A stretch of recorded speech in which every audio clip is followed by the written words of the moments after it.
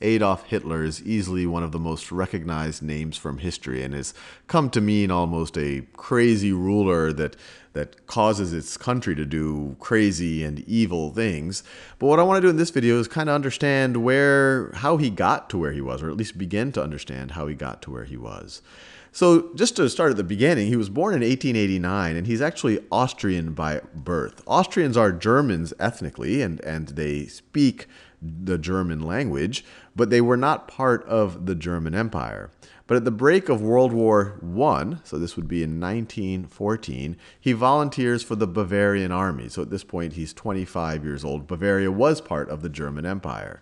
And over the course of World War I is, by most accounts, where Hitler first kind of found meaning in life. He was a dispatch runner, which means taking messages from one theater of war to another, from one military officer to another. He gets quite decorated.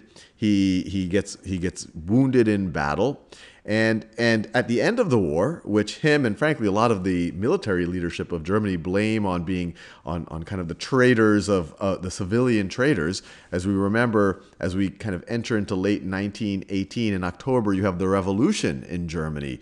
Kaiser Wilhelm II is overthrown by civilian leaders. And then in November, you have the armistice. And Hitler and he was a fairly low-level figure in the German army at this time, but even many of the very senior figures, and we'll talk more about them like Ludendorff and others, they blamed Germany's defeat not on just losing militarily to the Allied powers, they blamed it on kind of this stab in the back theory, that after the revolution, the civilians who signed this armistice, they didn't have to, that they were being controlled by outside influences. And they would also start to point at the Jews in Germany and saying that they were being somehow influenced by people outside of the country to try to get into an armistice. And they had this delusion that Germany would have won the war if this November armistice would not have actually been signed. And they call these civilians who signed the armistice, they call them the November criminals.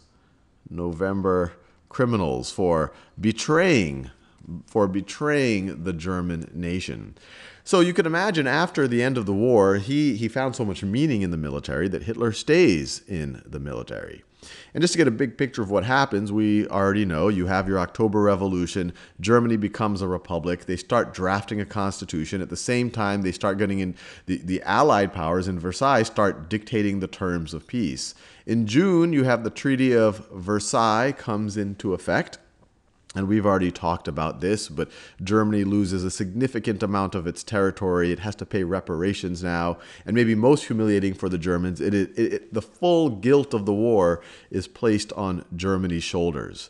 Now, shortly after that, Hitler is an officer in the military. He is assigned to essentially spy, to infiltrate on the German Workers' Party, which is not a big deal at the moment. This is a party that has around 50 members. So he's just been given the responsibility, hey, keep track of what these characters are doing. Shortly after that, you have the Weimar Constitution gets written and passed.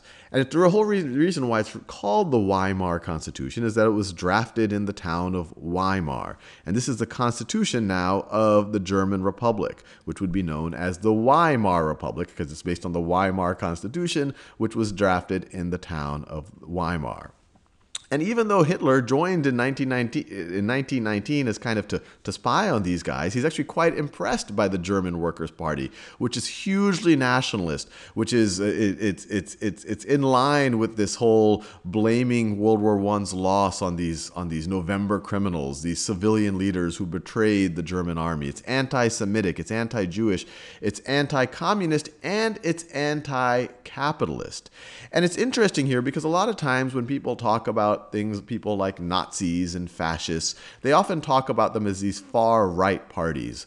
But when people talk about left and right, they're usually talking in economic terms. So when you talk about someone on the left, you're talking about usually someone, the extreme left, you're talking about a communist, someone who believes in no classes, that there shouldn't be a rich and a poor, that maybe not even any private property. And if you talk about someone at the far right, so this is the left, and if you talk about someone at the far right, you're usually talking about someone who believes in kind of free market economics, who's a capitalist in the extreme.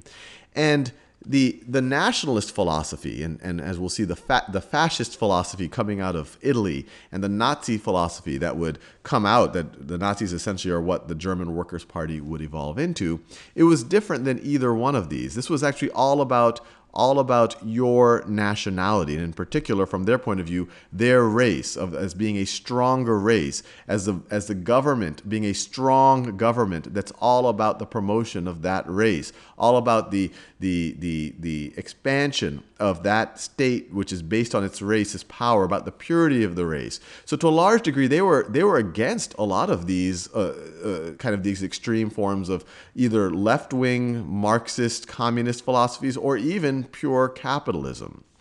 But anyway, he joins as the 55th member. So as you see at this point in time, it's not really a significant organization. And then in 1920, in order to have more appeal, especially on the nationalist side of things, they renamed themselves. Instead of just being the German Workers' Party, and the acronym is DAP, because when I call it German Workers' Party, I'm just saying what the translation would be in English.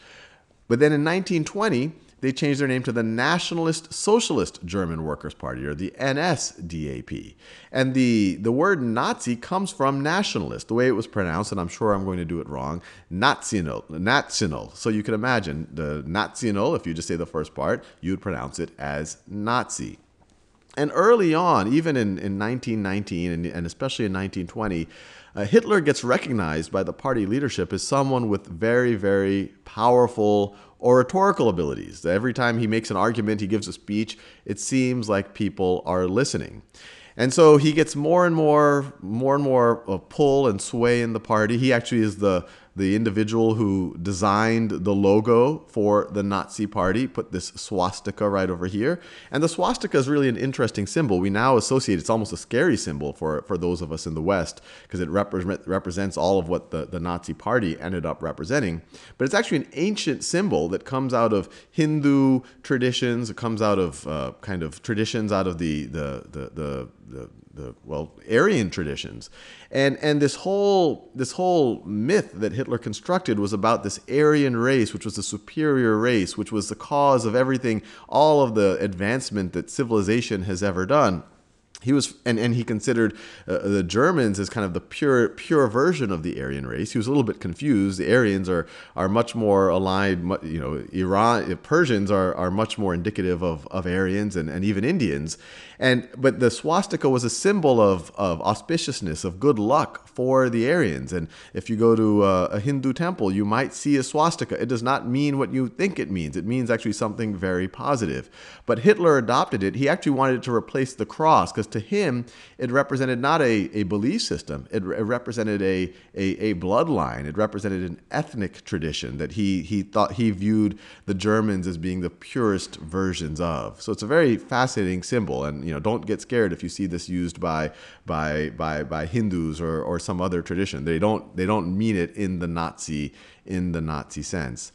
But regardless, Hitler gets more and more power. By 1921, he's recognized as essentially the most influential member. When he threatens to quit because of kind of divisions happening in the party, they recognize that the party would be lost without him, because he's such a powerful speaker. And so they make him chairman. So at this point, 1921, you have Hitler as chairman of the Nazi party.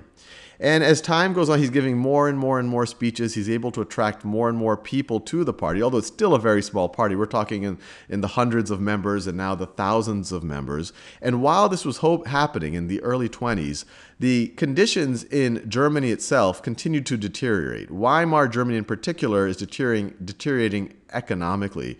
As we've already talked about the Treaty of Versailles, they're having to ship resources to the Allies.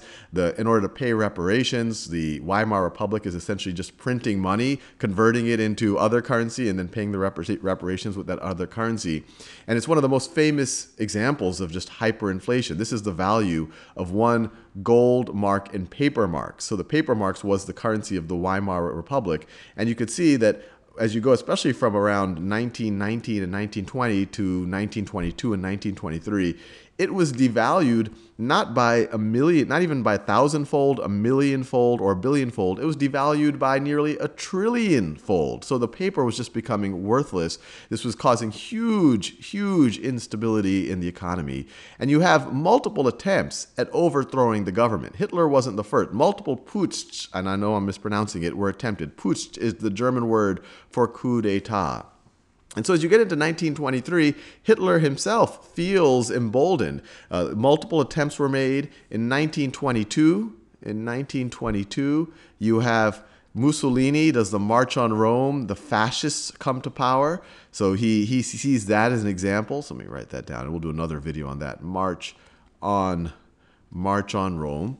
So then in 1923, Hitler is actually able to get some support of some pretty notable people, especially this gentleman right over here, Erich Ludendorff. Ludendorff was one of the two gentlemen who was in charge of the German military during World War I, but he was also one of these believers in the stab in the back theory, that they would have won the war if the civilians, who were apparently, according to him, controlled by the Jews, didn't surrender, that Germany would have somehow magically have won the war. He's able to get Ludendorff's support, and he attempts to essentially overthrow the government, first of Bavaria, and then take over the German government. So he attempts this, what's known as the Beer Hall Putsch, or the Beer Hall coup d'etat, in 1923 in a Munich beer hall. I actually visited it about 10 or 12 years ago. It's an interesting visit.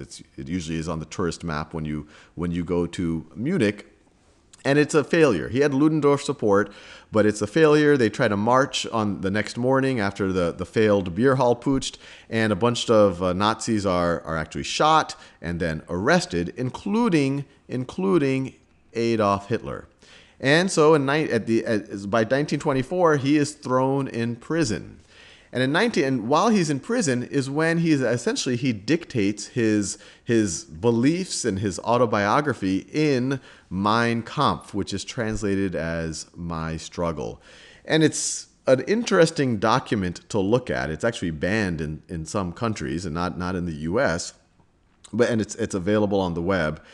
Because when you look at it, it's really, you could kind of see how Hitler at one level was an amazing communicator, but on another level was essentially a troubled mind, a very demented mind, and who had a very skewed belief system.